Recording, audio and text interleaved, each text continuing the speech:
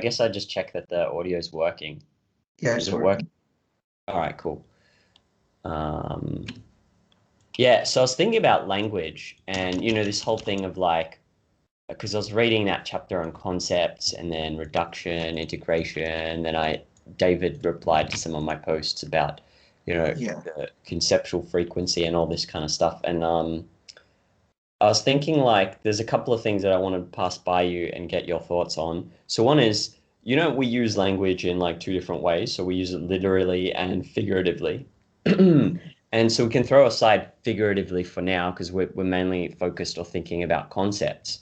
But even when you use it literally, there's still this issue of like, it's not an issue, but it's just something to notice, I guess, that like a lot of words we use are not necessarily new concepts. They're just like, I don't know if it's a slight angle on the same concept, or I think Ayn Rand says something like it's a matter of degree.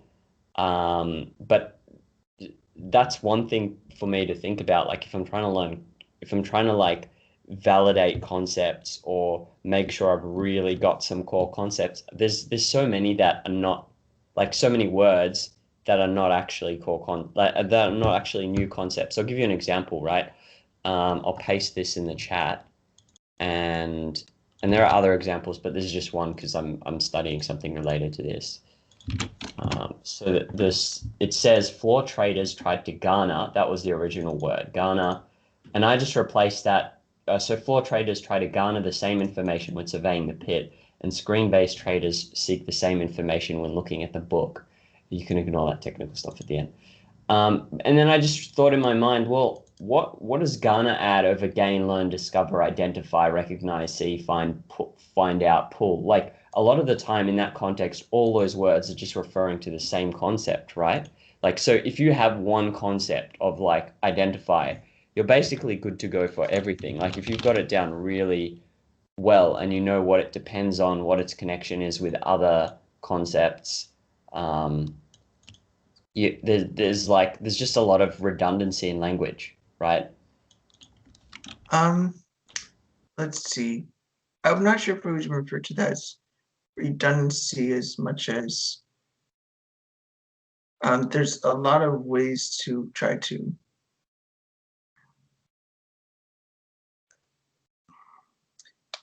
It's more like the different ways to think of the different angles on the same word. I wouldn't say that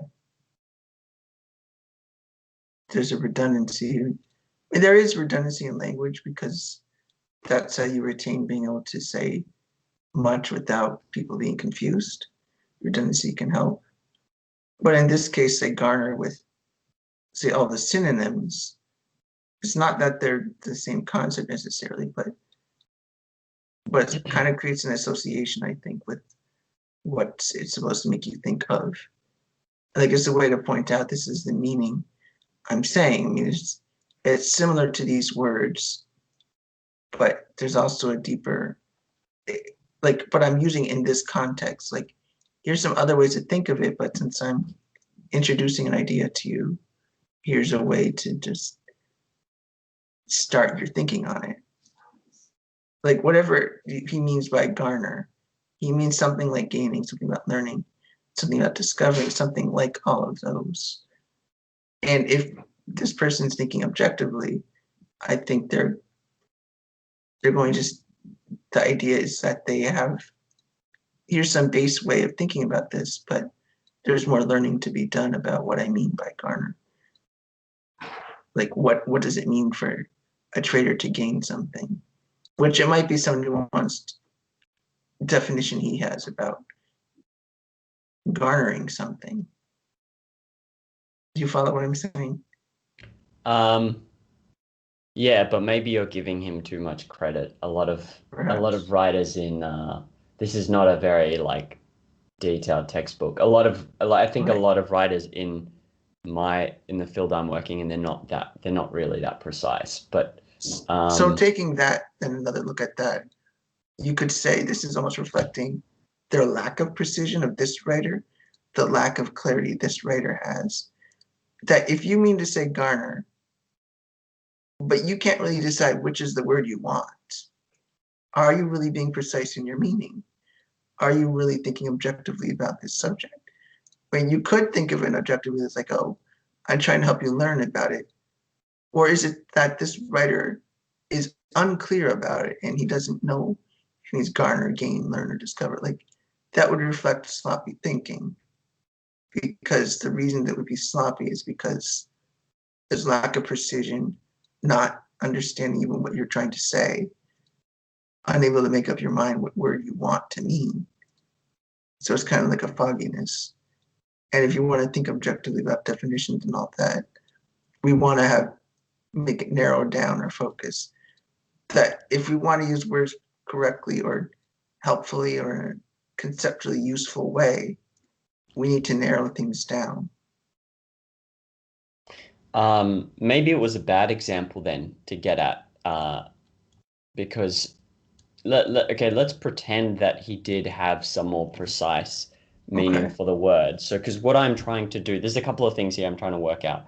So, one is when there are these slight differences, what exactly is going on the conceptual, on the level of like understanding it from the perspective of concepts and epistemology? Like, is it that it's just a matter of connoting something slightly different, which is based maybe on the culture, on the books people read. Like this word comes up in this context, usually this word comes up in this context. Or is it actually, is it, as I think Ayn Rand says at one point, something like a matter of degree, which is sometimes the case, or is it a matter of like you said, like a angle, and what is that actually, that angle? Like that's sort of what I'm trying to figure out. And then after I figured that out, it's like, okay, so what does that mean for me if I'm trying to build out this project of like listing, I don't want to say frequent concepts because David Oden says that's wrong, but like listing out those concepts that are form the base of thinking and then working through them. Like, so that's the end goal is that, but in the meantime, I'm trying to work out this thing of like, okay, if there are words that are slightly different and have a slightly different meaning on a conceptual epistemological level, what is going on? Mm. Does that make sense? Yeah, I think you're asking kind of what's going on when we think about synonyms, which I don't really know how to answer that clearly, other than that's probably something much more complex than what you're getting at. I think you're trying to find how it is that we can figure out if we're taking apart the word correctly, getting at the meaning correctly. I mean, synonyms usually get a connotation which aren't going to be quite as precise. It's more like associative thinking. What does it remind you of? As a way to try to say something a little different, but it's not the same as coming up with a definition. A definition it wouldn't be just a matter of making a synonym. You're making a definition, you're trying to identify the genus and differentia of the item in question. Mm. And then you could, from there, work out what concepts are necessary for that. So effectively, if I'm using a synonym for connotation, then I'm basically, it's effectively figurative language. That would seem the best way to think about it. Okay. I'm not sure actually where Rand even, I've never even seen Peikoff even mention about synonyms, so I don't really know what they would say, but I am thinking it would be more thought of as associative thinking and not really essential to figuring out what concepts are referred to or trying to find things that they referred to. I mean, language can help you start to realize what people are talking about. And synonyms can be a way that, like, oh yeah, and they're similar in a way. This is the range of thoughts I need to be, this is where my head needs to be to start to understand it. That's usually how I understand synonyms, especially when with learning languages. Sometimes synonyms help, but I know it's not quite that meaning. Like you can have a verb that means like to protect, but you can also have in Spanish that's aguardar. That's to protect, but it also means like to be in wait, like almost like you're protecting your interests in a way. Like you're waiting for something to happen and then you'll act. It's not like you're guarding a person, but like you're guarding your way of thinking in a way that you're sitting and wait for something to pop by, and then you act. Which there's a similarity in like guarding in that word, but it doesn't really mean to guard. Yeah. And if I want to know what that's referring to, well, I need to think about it a little deeper about, well, how is the word being used? Why is it a little different? Why would I choose this word rather than to guard? Like, why is there a similarity anyway? Or if we're trying to define the word afraid or scared, is there a difference? It's very difficult to find any difference. But if we want to think about it, we've got to think even further than the synonyms. We've got to think, when do we use that word? What are we referring to when we use the word? Things like that. Right. To borrow from that, what you replied to me before about like contextual examples, like, from story or from fiction or from cinema or from, I don't know, whatever day-to-day life, where you can then pull out you can then, what is it, induce the meaning, the concept by looking at Yes. lots of, yeah. A lot of examples. Yes. And Um, so yeah. synonyms could help you get there. And in the context of what you're trying to do to learn concepts, I'll take a step back because I was looking at understanding objectivism yesterday to see what Peikoff suggested. A lot of things are what we have talked about, like finding concrete examples in your life, connecting it to emotion if possible, um, things like that we've talked about already. And part of the way of understanding content, you said, like, find the definition of it, like look it up or just look at a definition or form a definition of your own as part of your understanding. Write the definition down, and that's like thinking of the essentials of it, things like that. You write down the definition, but then you can also, he thinks of um, reducing a concept as the opposite of definition. You're not taking just the abstract aspects of it, but you're going the opposite way. You're not going from more abstract and more general. You're going to more like, what are the instances of this concept? Mm-hmm. And that's kind of what contextual thinking would be. That you're trying to think, what can I do to bring this abstraction as the definition into something concrete? Whether it's like if you're defining a dog, then you think of, you can validate it and reduce it by saying, oh, point at a dog, that's a dog. And you could have both the definition and the concrete, and you go back and forth between them when you think about it. You think about the definition, look at the thing you see. Look at the definition again. Are you missing something? Look at the thing again. And then go back to the definition. Are you getting more precise? Are you capturing more information? Things like that. Oh, okay. All right. That's a more detailed explanation than was in the chapter I read in OPA of like, I got the Yeah. two essentials. I don't know if these are the essentials, but the two primary parts of validating a concept. So as David pointed out, it means that presupposes that you already have the concept or grasp it. But the two essentials are, yeah, like integration contextually, so like where it fits in relation to the rest of your knowledge, but then reduction, which is what you described now in more detail. Yes. Um, yeah, that's something I'll look at. But uh, let me send you something here and tell me what you think of this. Okay, so this is just an example of what I'm talking about, and I'm just more curious about this, I think, than I don't know if it necessarily has practical application yet, but it might, just in the sense that I really condense down some concepts that I focus on. A friend told me, we're talking about integrity and perseverance. We're trying to relate the two.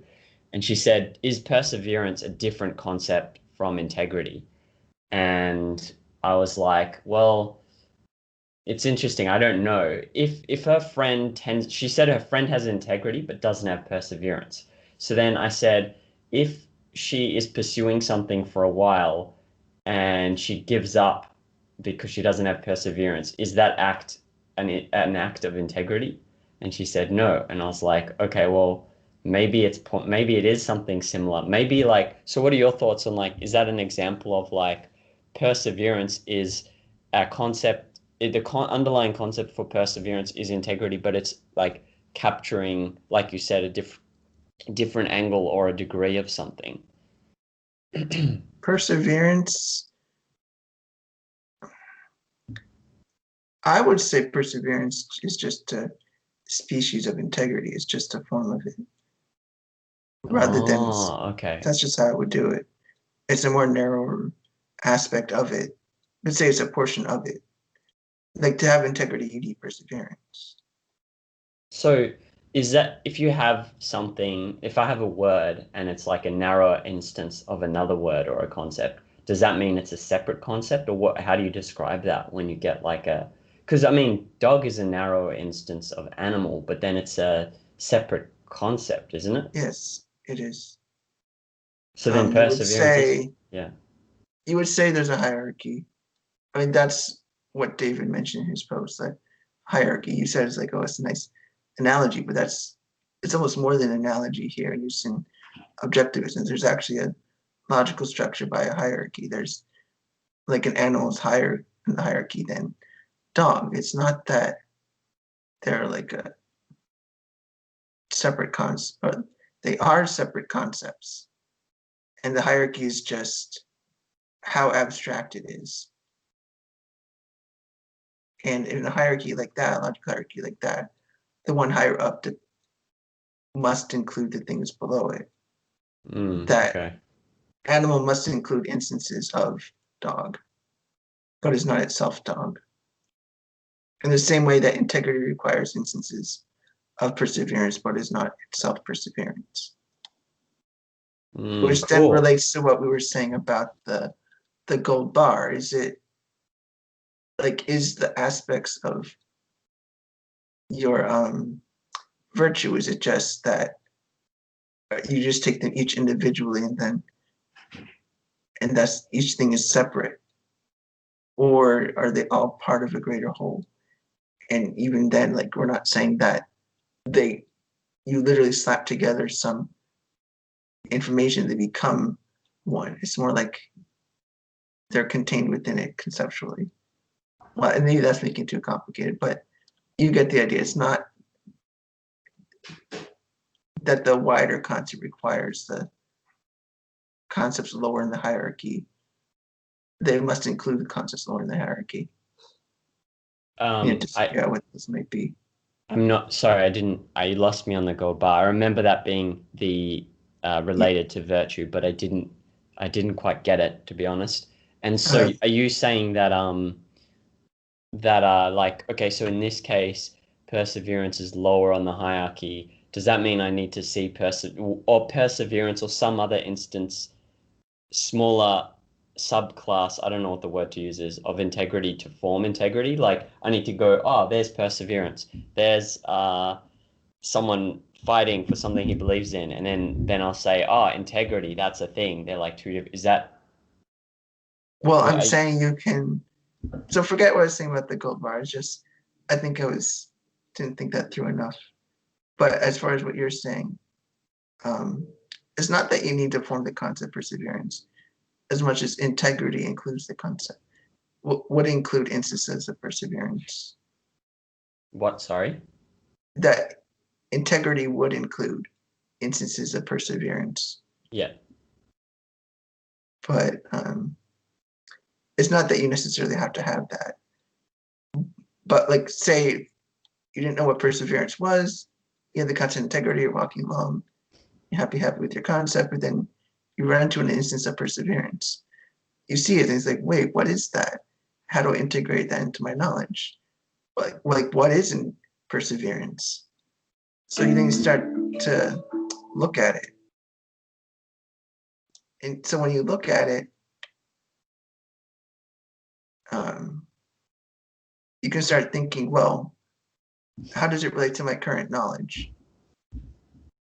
And hopefully you would get something towards like moral action, because you see somebody, like, say they keep on repeating the same action that they failed at the first time. You see somebody doing that. You think, well, why are they doing that? Or what's the point? What does that have to do with anything? And you start to think they're trying to achieve something. And you can start relating to that. Well, if I need to achieve things, what concepts do I already know that relate to that? And you might go to integrity because, like, well, I need integrity to do things. Well, I need integrity to realize what's important. I need integrity to maintain my self-identity. And then you could go from there to thinking about, well, perseverance seems to be not all of that, but it seems to be pretty important to that. And then you can start thinking about, well, maybe he's actually an instance, a lower in the hierarchy than integrity. That is a piece of integrity. And then you could just figure out from there whether, like, how is it a piece of Oh, okay, I can see the gold bar. Yeah, I get it. Cool. Yeah. All right, so then, okay, here's what I'm thinking, and then tell me. So we can form, because there are different instances of integrity in reality, one of which is perseverance. We can form integrity without perseverance, but we do have to form it with some specific instance of integrity, which we may call Yes. something else, right? And then we get to the higher level concept integrity. But we don't know the order we've done that or anything. So as far as like I don't know how I formed the concept integrity. I got no idea how I formed the concept of integrity. But so I don't know what order of instances I use to get there. Right. So then if I want to learn, like if I want to validate a concept and really do it in a way that's very detailed, so like get heaps of personal examples and so on, if I'm not as clear on it, does that mean I would then need to go to instances of I would need to go to the are they called sub concepts or instances? Like, is perseverance a sub concept? Because you're saying it's also a separate concept of its own, or is it an instance? I don't remember the word Rand used. I forget what word it was. It's just one, like not subclass, but like subdivision. I don't know, something like that. It's not, because it's not trying to say that it is the higher level. Well, that the higher level concept is the same thing as they can refer to the same thing, of course. Animal can refer to a dog, and dog refers to a dog, and they both refer to the same four-legged animal that pants with long ears. I mean, they refer to the same thing. In that sense, they are the same. But you wouldn't say that the concept is you can replace one with the other. You can't just merely say animal for every time you say dog. So they're not just mutually exchangeable, but they refer to the same thing. It's the reference you could say that's the same. The concept is clearly different because one refers to more things than the other. Right. Okay. Okay, I sort of see, because David said also in the post, like, he for a while he was going on about like not, like using you don't form rights or anything else. No, he was talking something about the hierarchy, like starting with dog and ball and all this kind of stuff. But then, Right. how does like I'm just thinking like, okay, if you wanted to validate a whole bunch of your concepts, would you just start with those big words like rights or knowledge uh, or would you go to, I don't know, how would you go about it? Well, let's try to do an example of someone with. Can you think of an example of a word or a concept you're trying to understand that isn't philosophy related, so we can maybe just come from an angle that's fresh without all Okay. this others, wherever, like any field, any area, whatever it might be. Yes, opportunity I think would be a good word to. Okay, opportunity. Well, I'll go through with the method I'm thinking of that Peacock was talking about understanding objectivism, the sort of aspects of it. So one is like context, like where is the word used? How is the word used? When does opportunity occur? Like in what context do you observe it? Another would be write a definition of opportunity. Doesn't matter if you're right or wrong, just where you say what, like whatever the definition is. Another would be you try to think of concrete instances of it. Like what are just any examples of it, whatever they might be. Another part of this, since you're understanding that, you're trying to understand something that somebody already knows about. It's not like it's not an unknown theory you're trying to understand. I mean, you're trying to understand something that exists. You can take an existing understanding and say, given what this definition and all that, am I reaching the same conclusion as somebody else? Is it leading me somewhere else? And that's the way you can check your understanding against somebody else's. Like, am I going to an objectivist understanding? Am I somehow going to a Marxist understanding? Like, understand what the conclusion is you're going to. Another would be if you're trying to understand, say, in the objectivist sense, you could ask me, what do you mean by opportunity? And I tell you, I give you the definition, tell you where it happens, and you compare your understanding to mine. You say, am I reaching that conclusion? Okay. If you're trying to understand the objectivist way. Another way to go about that is then question me.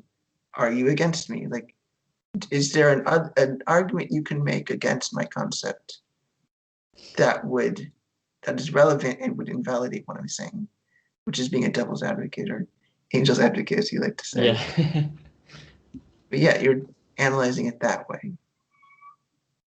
And in Peacock's example in the book, he was trying to go through how do you validate the concept life.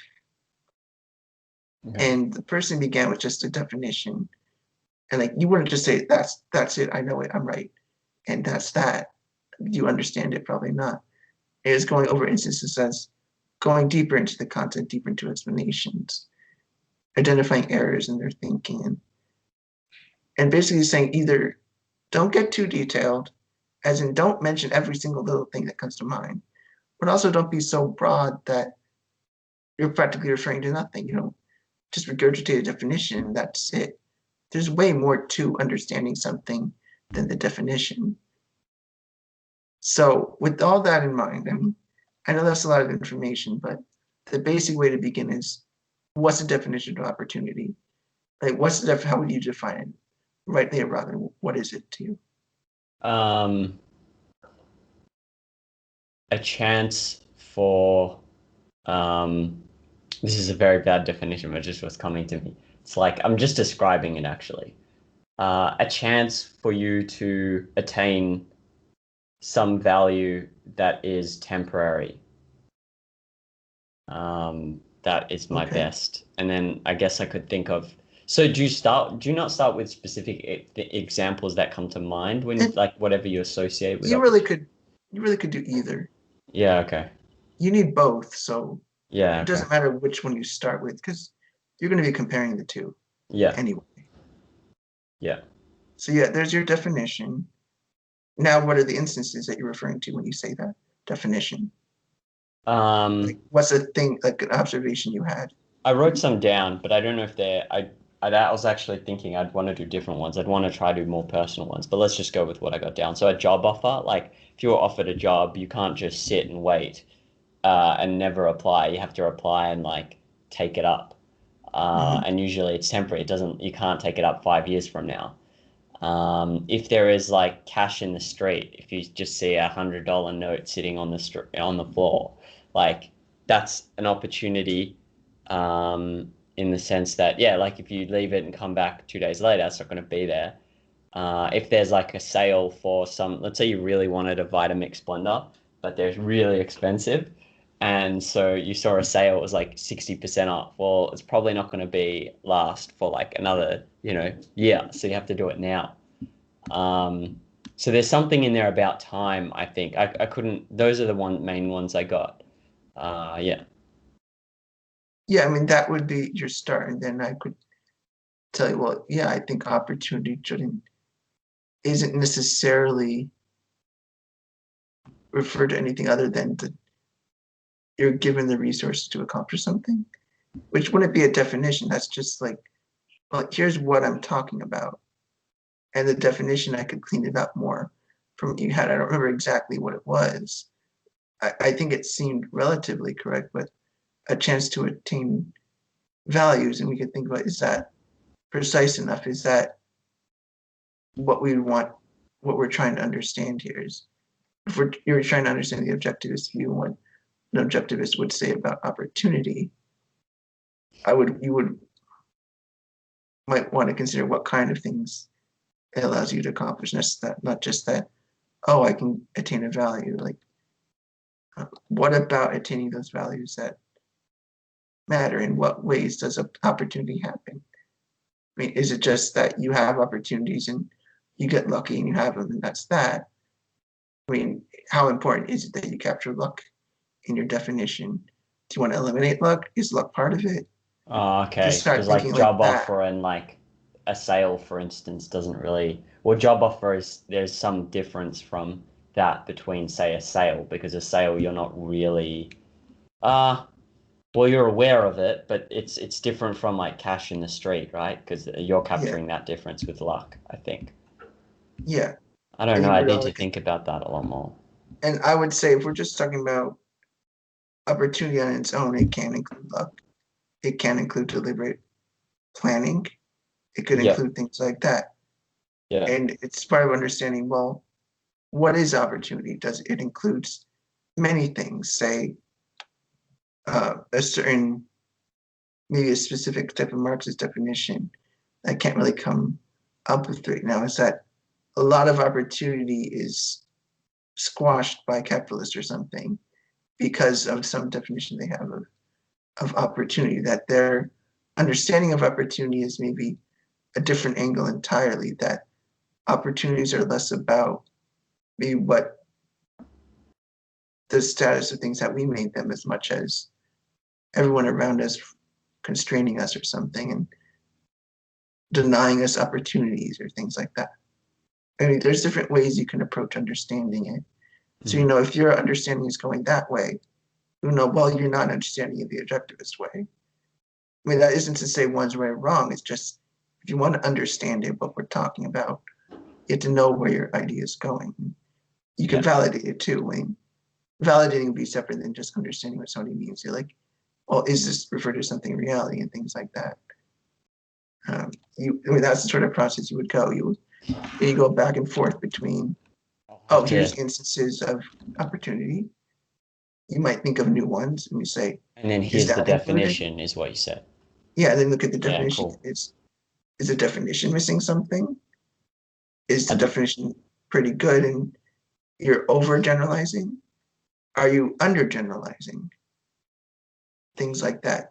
wow, it's a hard process to do that for. That's why I'm asking about this because I'm really hoping that like maybe there's just well now that hope has been dashed, but I was hoping there's like maybe a few core concepts that are like that's the main thing. Once you got those, you got everything. But what I'm realizing in this conversation is like those few core concepts were formed from like tons of instances of other concepts and then into higher levels. So it's not like I can just go to the highest, you know, Yeah, maybe with a exactly. few that are what is it, axiomatic concepts. So it's this is yeah, so you dashed my hopes I then. mean, there's, I you was could say like, oh, yeah, I know what you mean. Like, it's almost harder than, it's easier coming into it than once you're in it. Like, once you're in it, it's like, wow, there's so much here. I don't even know how I can handle it. And almost that's the point of yeah. philosophy. There's so much out there that you need a system of thinking to handle it all.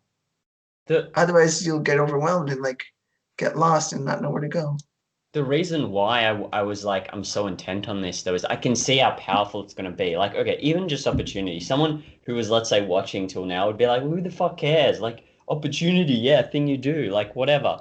But where I think it is powerful is, when you think for yourself, when you're either talking Yeah, to yourself or when you're analyzing a situation, if you had precise concepts and you were thinking with those very precise concepts, you would be like, if going forward 10 years, I don't know, you'd see the world completely different. You'd also feel completely differently because there have been so many times when I use some concept, like in like bad self-talk, for example. But if you were very, very precise, like you would not have that issue. You would just be a completely different person. And that's why I'm like, wow, this, if you could do this, this would be, yeah, it'd be really cool. And not only, so that's just your attitude to yourself, but then to the world. Like, if you're very, very precise and you're making these sharp distinctions all the time, like, who knows what you'd find out? That's why I'm like, this is, if you can do it, that's why I'm excited about wanting to do it anyway. I would say that your approach would better thought of as you want the core concepts that do the most work. It's Yes, not that's what I'm that, looking for. Yeah, yeah, yeah, yeah, yeah. you You're can right. do that. And that you can do. Like when we were going through the objectivist ethics essay, that's mostly going over the core concepts. That if you understand pride and well, if you understand selfishness first, you can understand a lot about objectivist ethics. And Right. understanding that could refer like rationality. Like if you go rationality, um, rationality would be, of course, a top concept that does a lot of work. When you Yeah. understand that, you have the tools, a major tool to understand a lot in objectivism. Okay. Another would be, well, like reason, self-esteem, and productivity. If you know those three, you pretty much have a good idea of objectivist ethics. Yeah. When you get those three, then you can start like going into the deep stuff. Like once you have those, you can do the heavy lifting. Got it. Like you got the tools, you got the tools to climb the mountain, so to speak, and that you could go to the darkest corners of these concepts or the most hidden corners and with these tools. And Um, then other concepts you got existence, consciousness, and identity. I mean, those are three core concepts that do a lot of work. I guess the good news is, even if I'm looking at a concept that I don't really get, maybe because I don't have enough instances or whatever, I can always get them through examples in a book, right? Like I can go, oh, this is a scenario is, Start. and then I don't need to go through a whole process of my own of like seeing specific instances of that concept, maybe. Like selfishness, like I think there's a few in the essays, there's a few examples of like this is selfishness, this is not selfishness. And so Yeah. you can use that, I guess. And then with existence and stuff like existence and volition, like well, they're just describing what's right in front of me anyway, right? So it's a matter of like it's just a matter of being clear what that is. Yeah, just point at it. Like if you can point at it, you got it. You're kind of right about you could just use a book, but I mean I think that could work for certain really abstract concepts like I don't know, like um I guess gravity is the closest thing, or like orbits. Like you can't really see an orbit, Yeah. but you can read a book as like, oh, here's what Saturn does, here's what Mars does, and these are both have instances of orbiting. This is orbiting does. I mean, that's the kind of thing. But if you have something like, if you can't observe it directly, then you really need to. And that's what epistemologically primary would be. That it's the thing that's primary in the sense of your perception, the thing that's Okay. most basic in your perception. Seeing a dog, there's not much more basic than that. Yeah. You say that's a dog, that's it. Then Yeah. it helps to do it. And you really need that primary because that's where all your thinking begins at that Right. And perceptual level. memory. And that memory of the and like ability to use it and recall it. Yeah. Okay. So I'm looking for the concepts that do the most work, um, which I guess I'll get to. Which, I mean, Uh, you have a good idea about those, I think, already. But they're almost obvious from reading Rand. Like, it's clear the things she repeats, like, well, like rights, that comes up a lot. So that could be a well, cool concept. I know we say that, but sometimes when I'm explaining a concept to myself or a friend, like I've had someone ask me because a friend of mine, she knows I'm studying this and everything, and like then when I explain it, I'm like, oh, maybe I don't have any clue what this is because I just can't like it doesn't make. Sometimes there are things that don't fit together. I'm like, that's why I was thinking about it because it's if I can't explain it well, then chances are I probably don't get it. Yeah, but you'd get there, of course. I mean, even the whole thing about understanding objectivism is almost exactly like it's not even so much a philosophy book as much as here's a method of learning that's really useful, that's Okay, informed by philosophy. got it. It's not, it doesn't really give you technical new concepts.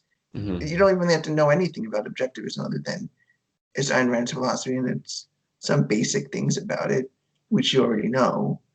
And going from there, he gives all kinds of examples of basic errors people make So, that are really easy to make, and he goes over them.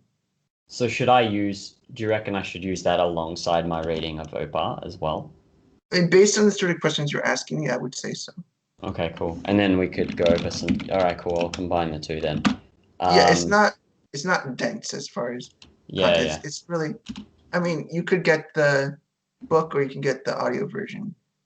I'll It, get the it, it book. was the audio version I went through because he made it for that audio. Yeah. He made it to be voiced, so it feels pretty natural when you listen to it. Okay. All right, cool. What are your thoughts on? So, do you know Mortimer Adler? He Sounds wrote How to so. Read a Book, and he was an Aristotelian scholar as Yes. well. He wrote a bunch of books on Aristotle, and I love Yeah. him. I've read quite a bit of him, and I've read How to Read a Book like 3 times. Hmm. And so one of the sections in How to Read a Book is um, he's talking about he calls it words versus terms. And now that I've been thinking about this, what he means is he's talking about when you read an author, you have to come to terms with the author, meaning the author uses words in a certain way, and for you to Hmm. make a connection between your mind and the author's mind, you need to understand his terms, and then what that means to Mortimer Adler is actually the meanings, and to him, I actually think the meanings are concepts. So he's saying that people use words to refer to different concepts. And so they'll use the same word, but it will mean a different concept to one author. And another author will use the same word and also mean a different concept. And sometimes they'll use different words, but they'll mean the same concept. And Right. so it's like a jungle. It's a jungle out there for anyone who wants to be precise. And so my Yeah. question is like, in a way that's good news though, I was thinking, because if I'm really wanting to like validate concepts, and the good news is there's so many words, but a lot of them will this is confirmation that a lot of them are probably referring to like the same thing, right? Because so there's that. I wanted to throw that in and then ask you like, have you ever thought about, day to day, how many concepts are we actually using as opposed to verse words? Um, I would say that we are using the concepts. Um, that's hard because then I think we're also including things sometimes. Well, sometimes people do use words that aren't referring to anything, and it's just such a floating abstraction that it doesn't Okay. refer to anything, and they didn't actually say anything. They Yeah. said words, but they didn't say anything that meant anything. Yeah. You follow? Um, but I think the vast majority of things we say do mean something, and they mean something because they have concepts. Like there's many concepts that we use all the time because otherwise we wouldn't be saying anything to each other. Yeah, that's It'd true. just be noises and it wouldn't. But I do like his idea that you're talking about that sometimes there's like an imprecision about the way people talk. And sometimes that's just natural. And if we want to understand each other, then we just need to take a step back and think about it. Because I mean, if we're talking, the nature of talking is that you'll leave information out. It will always happen. Otherwise, you're going to have sentences that are like 50 words long just to say, how are you? You're going to leave some information out. Like by saying, how are you? Some people are implying that they really want to know. Other people are just say, I want to say hi, but I don't want to talk. I mean, there's so many things people can mean by it. Yes, we know why the words how and are and you, what they mean, what they refer to, and what they are. But we're leaving a lot of information out. And it Uh, sounds like that's what Adler is getting at. Like, so it's just words, but if the terms, like, you're trying to capture all the information and not leave things out. I don't know if I don't see the connection between the example you just gave though, because if someone says how are you, but they've got other things going on in their head, that's different. Like what they're verbalizing other concepts, asking you a question of how are you, but their intention, their feeling, and all that is obviously not captured in those concepts. But they're not choosing to communicate that either. Like that would be transparency, which would be completely different. Whereas with this words versus term thing, I just got as like, there's people like if someone says to me, hey, that's very nice of you, he might mean nice in the same way as kind or friendly, but he might not also. Like, so in a sense, his word may be the same. You may be on terms or you may not be on terms based on, Okay.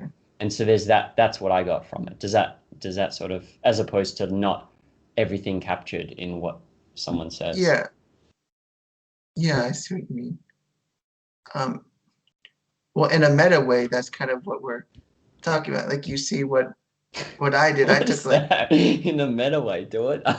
like as it's like that is I'll put it this a different way. I'll get you to what I mean. Say I asked you, see, I'm going off of what I think it meant, what he meant. I don't know about this idea of Adler and it's new to me. So I gave you what I thought it referred to, Oh, okay. what I thought it was meaning.